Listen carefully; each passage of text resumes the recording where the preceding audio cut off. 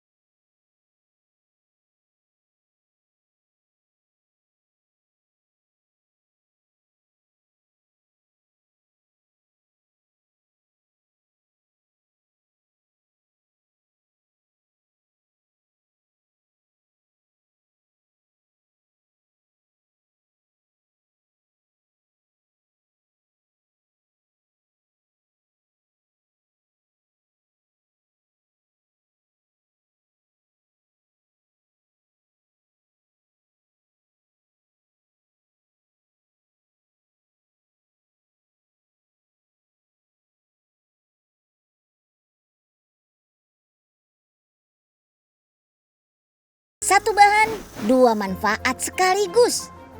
Ekstrak kulit jengkol dicampur dengan bahan-bahan pembuat sabun. Plus bubuk kulit jengkol sebagai scrub untuk merontokkan sel kulit mati. Untuk menetralkan bau khas jengkol perlu tambahan aroma.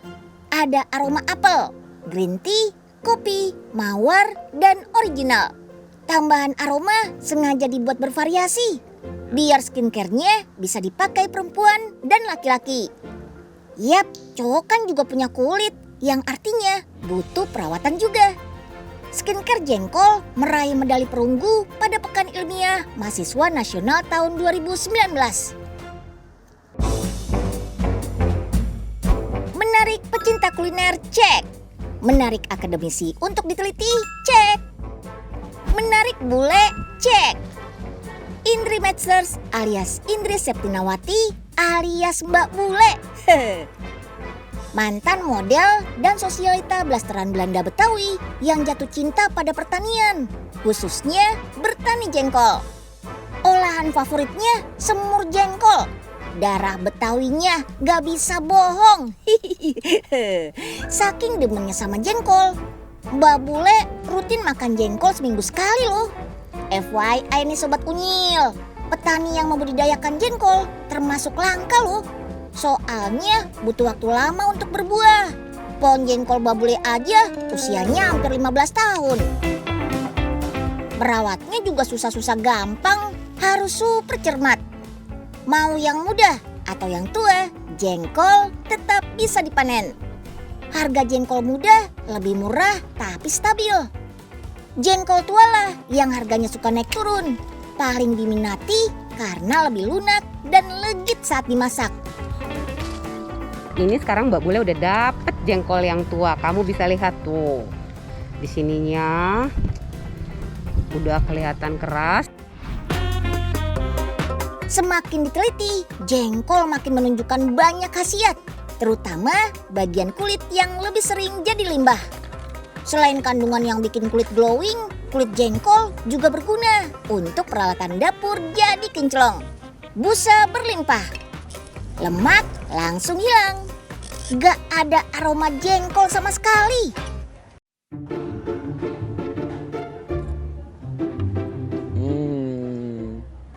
Ternyata Nyil, jengkol ini selain enak bisa dibikin jadi skincare sama bisa dibuat jadi sabun. Iya ya Kak Tinggo ya. Iya, Tapi Kak Tinggo mau ngomong tentang sabun, pernah nggak bersihin di rumah? bah, aku nih paling rajin Nyil. Bersihin rumah, lantai aku bersihin sampai bersih. Baju, semuanya. Sampai bersihin dompet ibu Kak Tenggo. Nah itu mah nyolong Kak Tinggo. Lah, niat aku mah baik bersihin biar nggak ada duitnya. Itu nyolong Kak Tinggo. Nyil, Nyil, kenapa Nyil? Aduh aku kegauan mulutku Kak Tinggo. Unyil, Unyil. Sabun cuci piring Janki ini ketika digunakan untuk mencuci piring ternyata lebih cepat menghilangkan noda lemak membandel serta lebih kesat dan juga lebih bersih. Kakak-kakak dari Sekolah Vokasi IPB University memanfaatkan kulit jengkol yang punya sifat antibakteri. Ada kandungan senyawa tannin, saponin, dan flavonoid yang bersifat sebagai antibakteri. Kulit jengkol ini banyak didapat dari pasar induk. Biasanya dipesan terlebih dulu. Tanpa perlu sortir, semua bagian kulit jengkol segar bisa dipakai untuk diambil ekstraknya. Kulit jengkol perlu direndam bersama kapur sirih selama semalaman supaya baunya hilang. Tahap selanjutnya, ekstraksi untuk mendapat bahan aktif dari kulit jengkol. Next, proses distilasi supaya ekstraknya betul-betul bersih. 1 kg kulit jengkol bisa menghasilkan sekitar 300 ml ekstrak minyak atsiri. Ampasnya kebuang? Of course not. Setelah diekstraksi, kulit jengkol ini masih dapat digunakan sebagai pupuk tanaman karena masih mengandung unsur hara yang sangat bermanfaat bagi tanaman.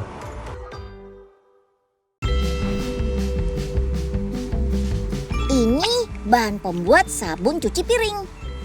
Ada Texapon, formula dasar untuk sabun cuci piring berwujud gel. Gunanya untuk mengangkat kotoran. Garam sebagai pengental. Aquades sebagai pelarut. Dan pewarna sabun supaya warnanya cakep.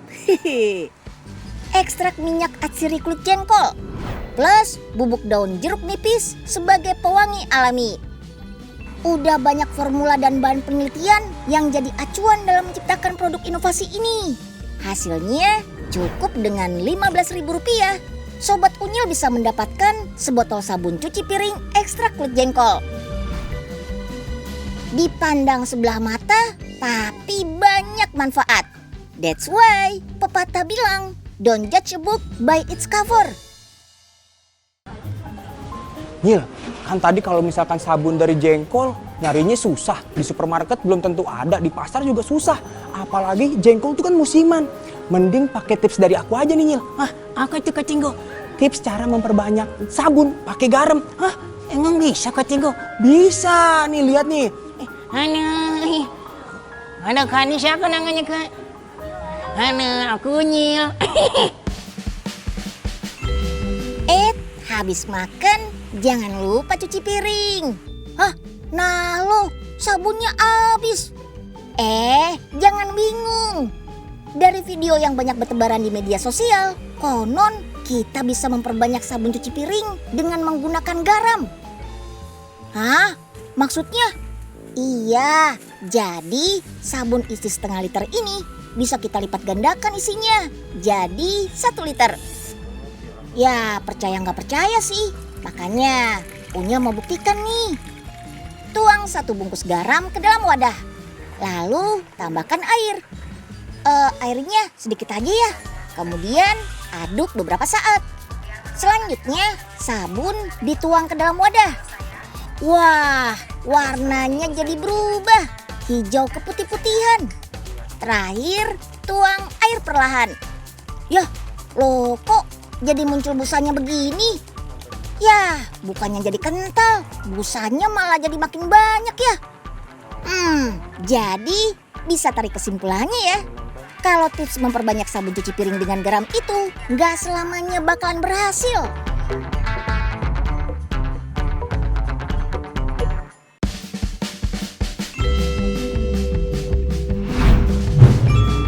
Hanya sobat Unyil. Unyil, tahun baru juga gua anu Jong. Nah, Unyil ditemenin sama Kak Cinggo. Halo Sobat Unyil, jadi untuk ke depan, Unyil sama aku yang bakal menyampaikan konten-konten di Sobat Unyil.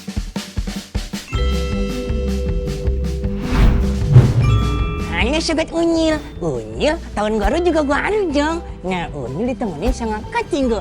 Halo Sobat Unyil, jadi untuk ke depan, Unyil sama aku yang bakal menyampaikan konten-konten di Sobat Unyil.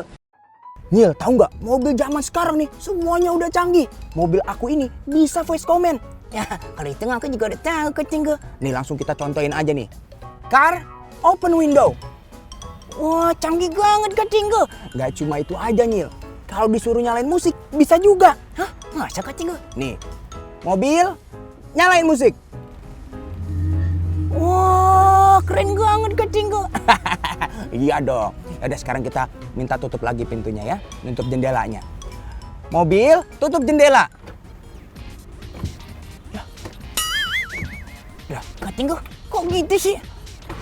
Bang, yang bener dong bang. Dah, tangan gua kejepit ini, pegel. Ya, Kak Cinggo nggak katanya canggih, ternyata ada orangnya. Bentuk dan modelnya futuristik. Ukurannya compact. Teknologi canggih, serba otomatis. Dan tanpa BBM. Ah, ini sih udah jelas gambaran mobil masa depan. Mobil listrik lebih ramah lingkungan dan jadi solusi masalah polusi udara. Bentuknya mungil, tapi full elektrik. Cocok digunakan di daerah perkotaan dan padat penduduk. Kecil-kecil bisa muat sampai 4 penumpang, termasuk pengemudinya. Tenaga dari baterainya sanggup berjalan sampai 150 km lebih, tergantung jenis baterai yang digunakan. Kecepatan maksimalnya dibatasi hanya 100 km per jam.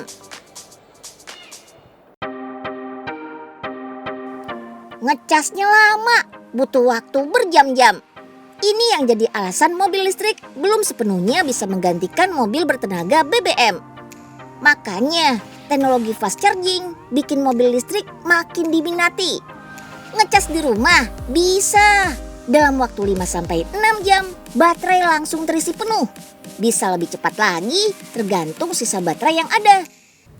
Atau di stasiun pengisian kendaraan listrik umum alias SPKLU yang mampu menyalurkan listrik sampai 100 kW.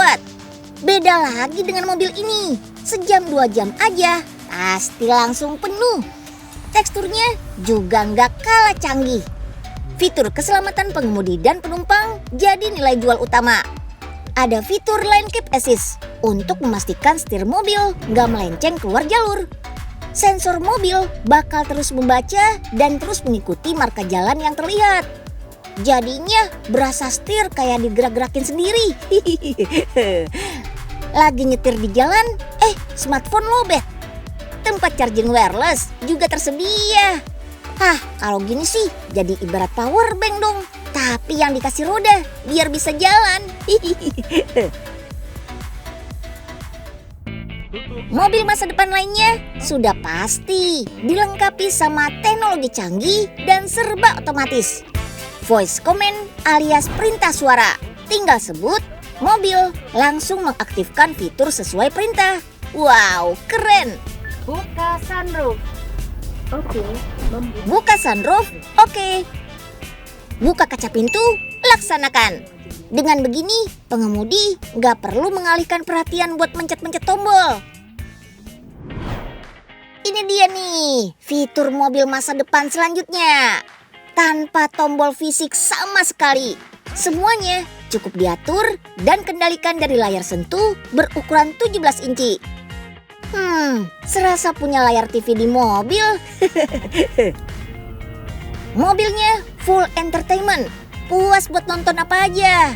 Pengaturan suhu AC bisa langsung diatur. Sampai buka pintu bagasi belakang juga bisa lewat layar besar ini. Kamera 360 derajat buat melihat sekeliling mobil dari dalam. Jadi salah satu fitur wajib mobil masa depan. Semuanya pasti terintegrasi. Speedometernya full layar digital. Informasinya lengkap, sudah mirip banget deh kayak di film-film pesawat luar angkasa. Perkembangannya jelas nggak bisa dipandang sebelah mata. Teknologi otomotif semakin melesat menunjukkan inovasi-inovasi yang canggih. Fitur-fitur dan bentuk yang biasa kita lihat di film ternyata bisa diwujudkan dalam bentuk yang asli.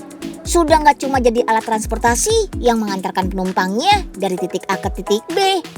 Pengguna kendaraan makin dimanjakan dengan fitur kekinian untuk kenyamanan dan keselamatan seluruh penumpang. Unyil jadi penasaran deh, bakal kayak gimana lagi nih wujud mobil masa depan dalam waktu 5-10 tahun ke depan? Pastinya bakal penuh dengan kejutan. Bang, bensin saya habis, Bang. Kenapa kak bensin habisnya? Ini mogok, kayaknya habis bensin deh. Ini yang merah nih. Ah, ini bukan. Bukan, Ini bukan. bukan juga. Wah, yang mana? Serba merah semua nih. Lah kok Cinggo yang punya mobil? Ada, Nyil. Ini dia mobilnya, Bang. Hah? Nah. Ini. Lah kok kecil banget ke Cinggo?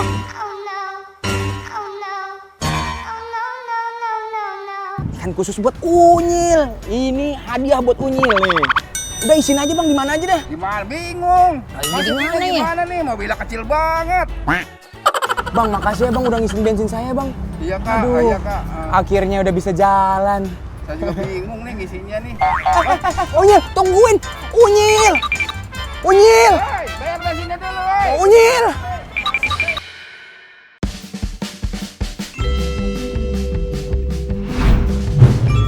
Ayo sobat Unyil, Unyil tahun baru juga gua anjong. Nah Unyil ditemenin sama Kak Cinggo. Halo Sobat Unyil, jadi untuk ke depan, Unyil sama aku yang bakal menyampaikan konten-konten di Sobat Unyil. Apa persamaan antara kroffel, saus mentai, dan dalgona candy?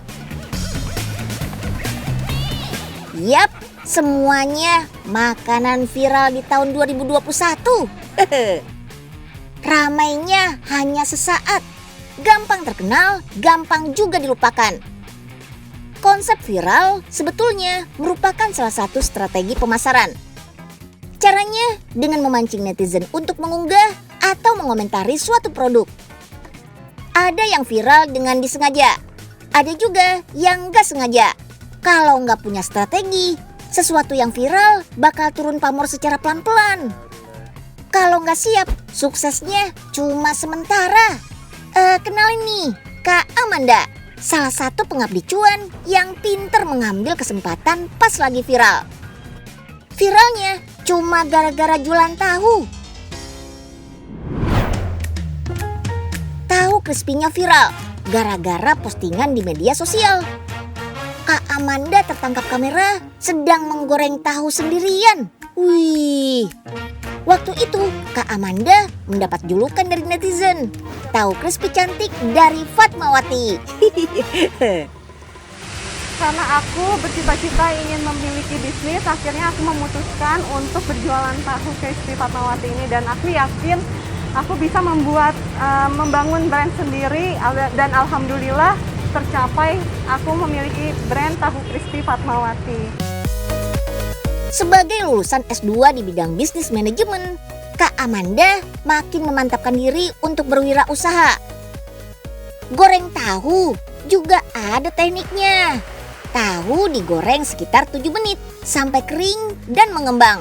Disiram bumbu sampai 7 kali. Kecilin api, diamkan 1 menit sampai agak dingin. Hasilnya, tahu bakal krenyes-krenyes. Kalau dulu aku setiap hari ke outlet tahu crispy Fatmawati, tapi sekarang karena sudah banyak yang membantu, jadi aku sesekali ke sini untuk menggoreng, karena aku juga hobi banget goreng tahu ini. Pas lagi viral, pembeli datang tanpa henti. 100 tahu, 1000 tahu.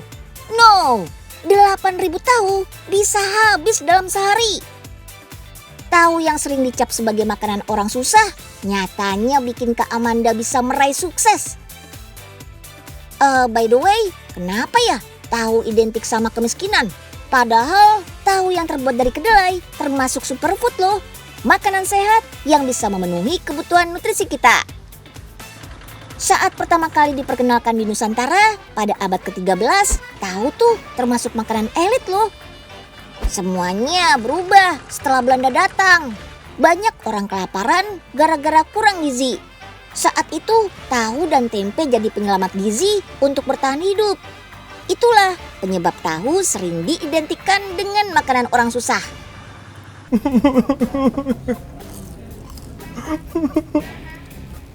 Hidup melarat gini banget sih, cuma bisa makan tahu.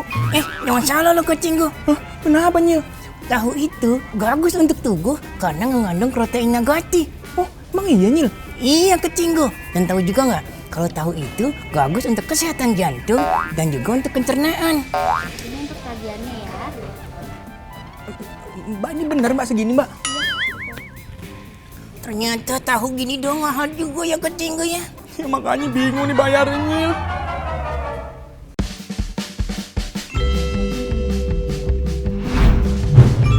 Halo Sobat Unyil. Unyil, tahun baru juga gua Aljong. Nah, Unyil ditemenin sama kecinggu.